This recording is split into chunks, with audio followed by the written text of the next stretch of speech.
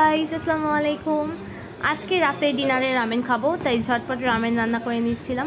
Ramen আমাদের দুজনেরই খুব বেশি পছন্দ। এটা যেমন ঝটপট রান্না করে খাওয়া যায়, এটা খেতেও কিন্তু দারুণ মজা হয়। আর এই হচ্ছে আমার রামেন। এক চুলায় আমি রামেন রান্না করতেছি, অন্যটায় আমি ডিমটা ভেজে নিচ্ছিলাম। আমার ডিম কুসুম কাঁচা ভালো লাগে, ওর ভালো লাগে না, তাই ওরটা আমি ভালোভাবে ভেজে নিয়েছি। এই যে এইটা হচ্ছে ওর বাটি, ওর ডিমের কুসুমটা মোটেও কাঁচা নেই। আর এটা হচ্ছে আমার। এই যে এখানে আমি সসেস, ডিম আর হচ্ছে মিটবলটা দিয়ে নিয়েছি, সামান্য কিছু তেল ছড়িয়ে নিচ্ছি। আর এই যে নিচে রামেনটা, এই যে কুসুমটা, এই যে আমার ডিমের কুসুমটা দেখতে পাচ্ছেন, একটু কাঁচা কাঁচা। এটা আমার কাছে খুব ভালো লাগে। এটা অনেকেই পছন্দ করে না, কিন্তু সত্যি কথা বলবো এটা আমার কাছে খুব ভালো লাগে। আমি এরকম করে ডিম ডিম সবসময় খেয়ে থাকি।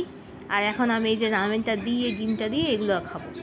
এই যে দেখতে পাচ্ছেন আমাদের রামেনটা আসলে কেমন হয়েছে দেখতে আমি জানি না আপনাদের কার কাছে ভালো লাগবে কি না, কিন্তু আমার কাছে এইভাবে রামেন খেতে খুব বেশি ভালো লাগে। আর এটা হচ্ছে আমাদের বাচ্চাদের হচ্ছে ডিনারের, ওদের জন্য ঝাল রামেনটা দেইনি, ওর জন্য নুডলস রান্না করে দিয়েছি আর সাথে এই যে এগুলো দিয়ে। আর এই হচ্ছে আমাদের রামেনের ফাইনাল লুক। দেখেন তো আপনাদের কাছে কেমন লাগছে। যদি ভালো লাগে থাকে অবশ্যই কমেন্ট করে জানাবেন।